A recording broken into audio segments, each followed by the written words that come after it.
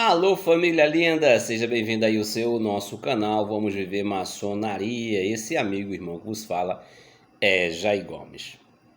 Meus irmãos, ou você que está chegando agora no canal, você que não assistiu o primeiro vídeo, assista o primeiro vídeo para poder você assistir esse vídeo, ok? Não assista esse vídeo se você não tiver assistido o primeiro vídeo, senão você não vai entender nada. Eu vou começar esse vídeo aqui contando para vocês uma história bastante romanceada. E por que não começar da seguinte forma? Preste bem atenção nessa história, preste bem atenção. Abre aspas. Era uma vez, em 1666, Idade Média, aconteceu uma tragédia em Londres. Londres pega fogo, sucumbe. 99% de Londres pega fogo. Ocorre que o monarca da época, junto ao seu Ministério de Infraestrutura, procura uma organização que tem a denominação guildas dos artesãos. E dentro desse sistema de guildas de artesão, há uma específica guilda que tem no seu corpo associativo os pedreiros, aqueles que eram qualificados à construção, ao dia a dia, de fato, de um canteiro de obra. Acontece, na aceitação dessa guilda, por essa nova empreitada, o seu corpo docente de funcionário era resumido. Ocorre que a guilda, muito inteligente, porque foi para isso que ela veio existir, para organizar, ela começa a distribuir panfleto, divulgar para outros países a necessidade de mão de obra, de pedreiros. Os pedreiros que estavam dispersos em outras regiões, escutando que estava precisando ali em Londres de sua mão de obra, direcionaram para aquele país para que ali viesse trabalhar. E segundo reza a lenda, esses pedreiros que vinham de outro país tinham uma formalidade meio esquisita de se reconhecer. Eles não eram reconhecidos pela sua meritocracia, pelo seu trabalho, ou seja, não havia uma prova técnica. Bastava ele chegar ali, mediante aos líderes da guilda, mostrar uma certa formalidade, um tanto esotérica. Bastava um aperto de mão, uma palavra, um sinal, um cochichar no ouvido, que logo era recebido, abraçado e reconhecido como pedreiro. Bem, com o tempo, a mão de obra foi diminuindo. Muitos pedreiros foram adoecendo, outros foram ficando velhos. E essa construção já estava aí em torno de 15, 20 anos. E foi necessário, assim, a contratação de mais mão de obra. Ocorreu que alguns burgueses, alguns intelectuais, alguns iluministas, filósofos, doutores, até mesmo barão, duques, foram procurar as guildas para ser aceitos. Agora, eles não tinham os sinais, os toques, as palavras. E foi necessário que essa guilda, segundo seus costumes, levasse esses novos aceitos a um processo tradicional milenar que antecede tempo e espaço, que seria a transmissão iniciática. Então, esses indivíduos que foram aceitos, que chegaram a se oferecer para entrar nas guildas de pedreiro, se submeteram a um processo de iniciação, onde eles foram recebidos e reconhecidos e que receberam as formalidades do reconhecimento de um pedreiro. Sinais, toques e palavras, passaram pelo ritual e aí foram trabalhar. Já que agora eram detentores do conhecimento esotérico, místico, milenar, daquela tradição. Foram trabalhar, foram suar, de sol a sol. Fecha aspas. Parece uma historinha, se acredite se quiser, né, meu povo? Acredite se quiser. E com o tempo agora, já que nós terminamos nossa história, agora vamos dialogar. E com o tempo, esses aceitos, esses novos maçons, esses novos pedreiros, sem nenhum tipo de conhecimento de fato da operatividade, esses pedreiros foram se multiplicando igual coelho, foram ganhando espaço, foram crescendo em número, tanto que os pedreiros de fato do ofício foram se acabando, foram desaparecendo. Eles foram tomando de assalto o sistema organizacional, presta atenção, o sistema organizacional mercantilista, capitalista das guildas. Porque as guildas, segundo o que nós falamos no primeiro vídeo, segundo os historiadores, não tinha nada de transmissão iniciática. Não tinha nada de transmissão litúrgica ou ritualística, era simplesmente um movimento altamente associativo, capitalista social. Era organizar o mercado. E porque somente com os pedreiros, somente as guildas de pedreiro tinha esse processo iniciático que esses maçons, esses indivíduos, denominados maçons especulativos, disse ser herdeiro dessa transmissão iniciática. Dizem que receberam lá no canteiro de obra.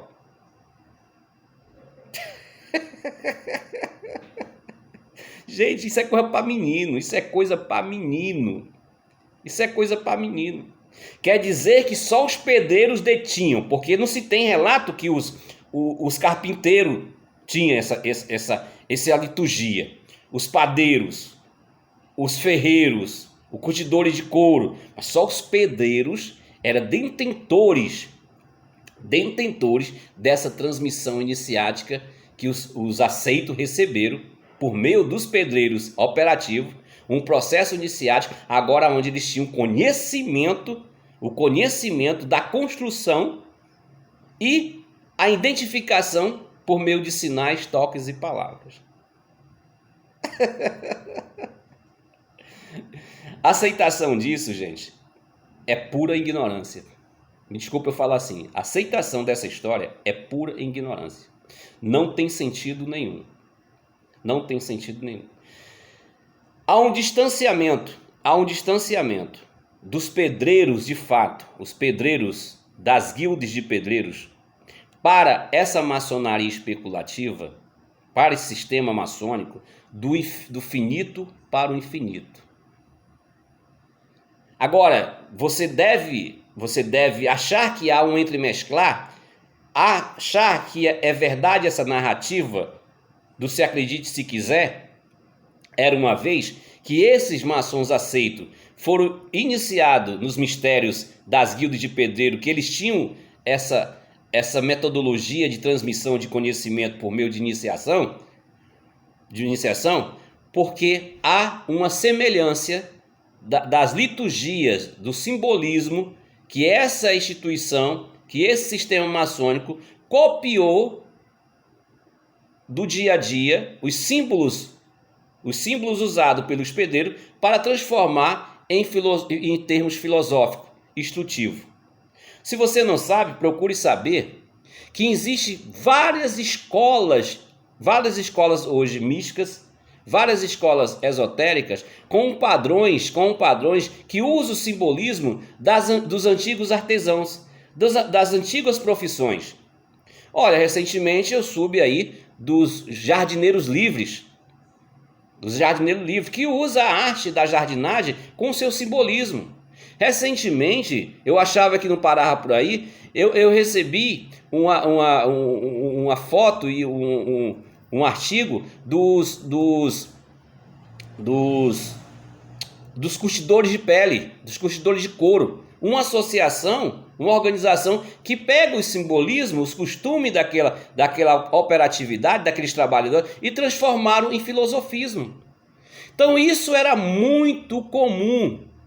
Ali já existiam os Rosacruzes, que pegou os simbolismos dos egípcios e os seus costumes e transformou em ato filosófico, algo totalmente da interiorização do homem. Então isso era comum na Idade Média. O que tinha de escolas místicas, escolas esotéricas na Idade Média não está no gibi.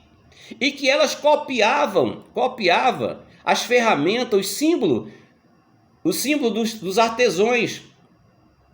Não é estranhável se você encontrar uma escola mística, esotérica, dos comerciantes. Não é estranhável não, gente.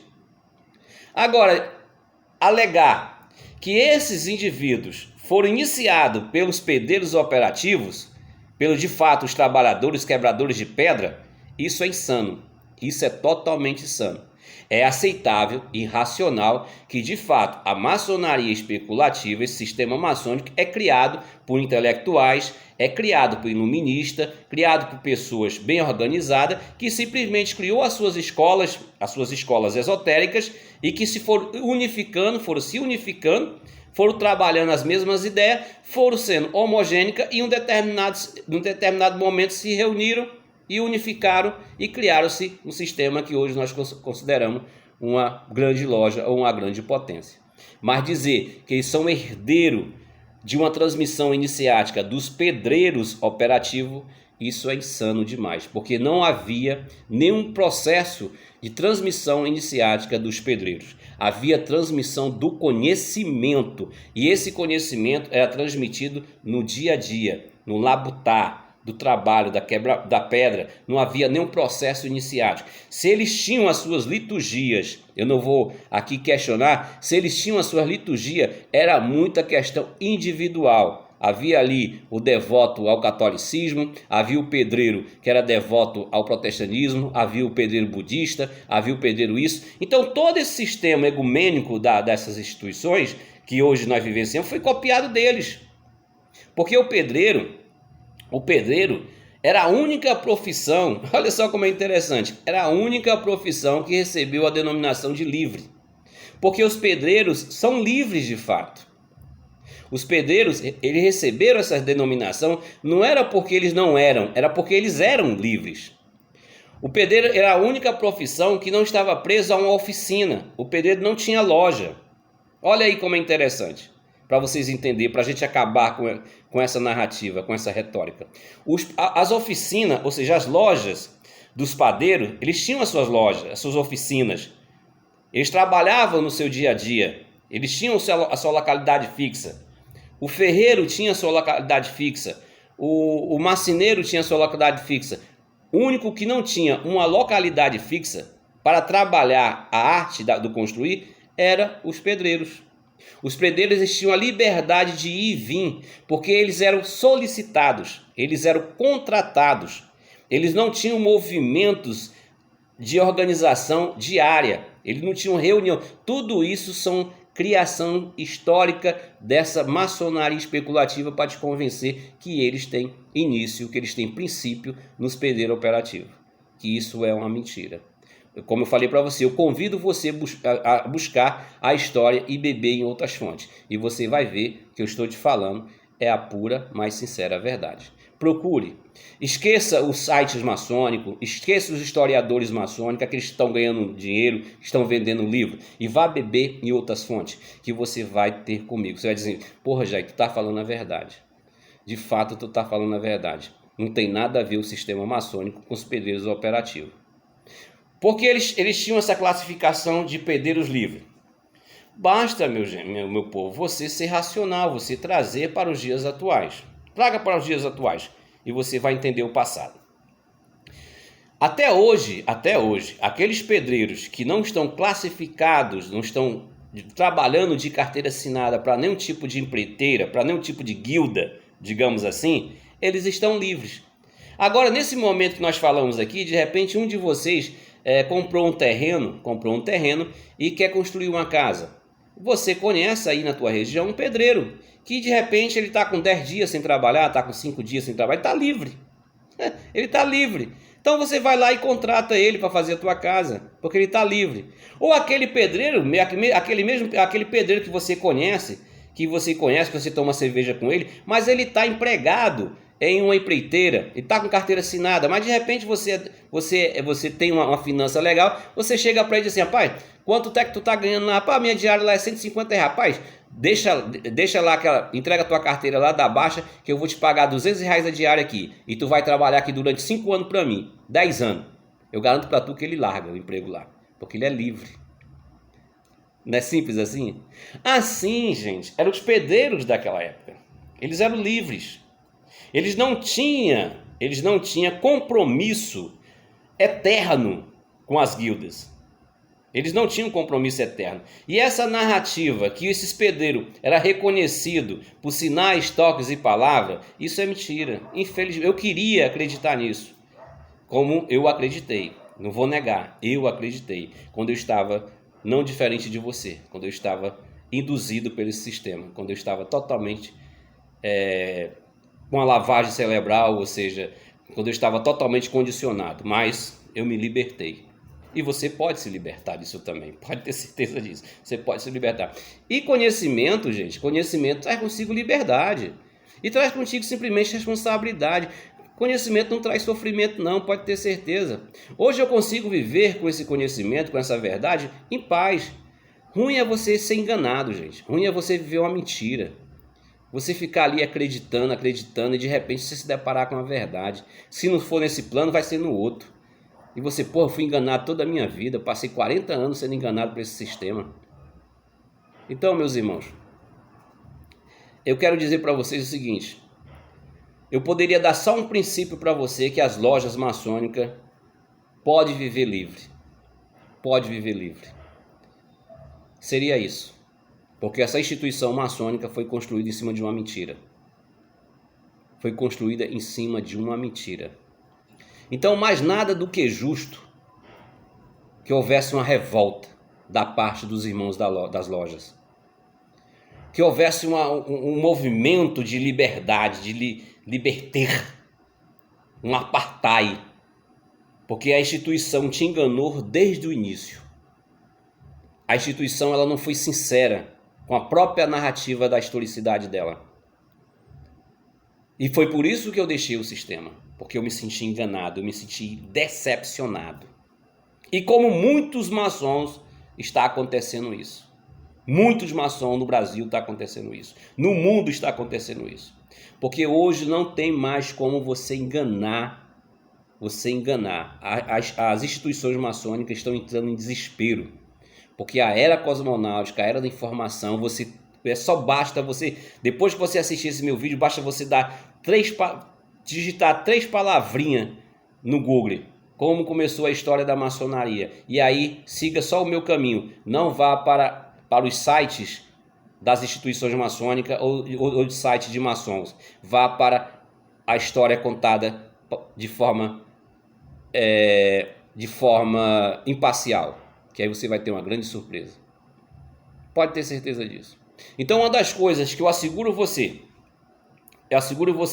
que as lojas têm prerrogativa de viver a sua própria independência.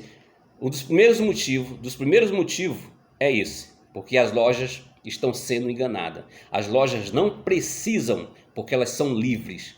Já que as mesmas cometem a ignorância, a própria instituição comete a ignorância que esse seu sistema maçônico deu origem nos pedreiros livres. Já que os pedreiros eram livres, os pedreiros não estavam subordinados obrigatoriamente dentro de um sistema denominado guilda, que eles estavam totalmente livres para ir e vir. Era a única profissão que, na sua individualidade, eles tinham esse direito, porque as guildas de pedreiro, no caso, as guildas de pedreiro eram temporária. É como se fosse hoje, para finalizar esse vídeo, era como se fosse hoje as grandes empreiteiras, né, que hoje existe da construção civil. Te dar um exemplo bem interessante para você entender como funcionava exclusivamente as guildas de pedreiro. Digamos que você é um construtor, você é um mestre de obra e você resolveu criar para você uma empresa de construção civil. Você como mestre de obra, você como técnico, você tem esse direito. Cria lá um CNPJ, cria-se uma empresa e agora a sua empresa vai prestar serviço para grandes empresas ou para o estado ou para o município. Digamos que o município ele joga ali um edital onde ele está contratando empresa da construção civil para construir uma escola. E você, como proprietário de uma empresa da construção civil, vai ali, segundo aquele edital, apresentar a tua proposta. E você ganha essa solicitação. Mas você não tem um quadro de obreiro preenchido. O teu quadro de obreiro está resumido. Você tem ali somente 10 pedreiros que você conseguiu ali segurar durante um mês, né? Você pagando todos os direitos daquele pedreiro, enquanto ele não está trabalhando, que você ficou um mês sem pegar nenhuma empreitada. E agora você conseguiu uma empreitada que você vai trabalhar durante aí quase 1 ano, 2 anos para concluir aquela empreitada. E aí você começa a aumentar o seu quadro de funcionário. O que você vai fazer? Você vai contratar novos profissionais da construção civil. Não foi diferente na construção de Londres. Não foi diferente. A guilda ali responsável pelaquela organização de artesão e com ela estavam inseridos alguns pedreiros. E quando ela pegou a responsabilidade de reconstruir Londres, ela começou a contratar os pedreiros que estavam dispersos, que estavam livres. E não tinha nenhuma obrigação institucional. Se essa maçonaria especulativa tem, de fato, essa origem nessas ideias dos pedreiros livres, não tem por que você estar escravizado, não tem por que você estar subordinado a essas instituições, porque elas mesmas te dão essa liberdade por meio da ignorância que ela mesma construiu. Te amo sem te conhecer.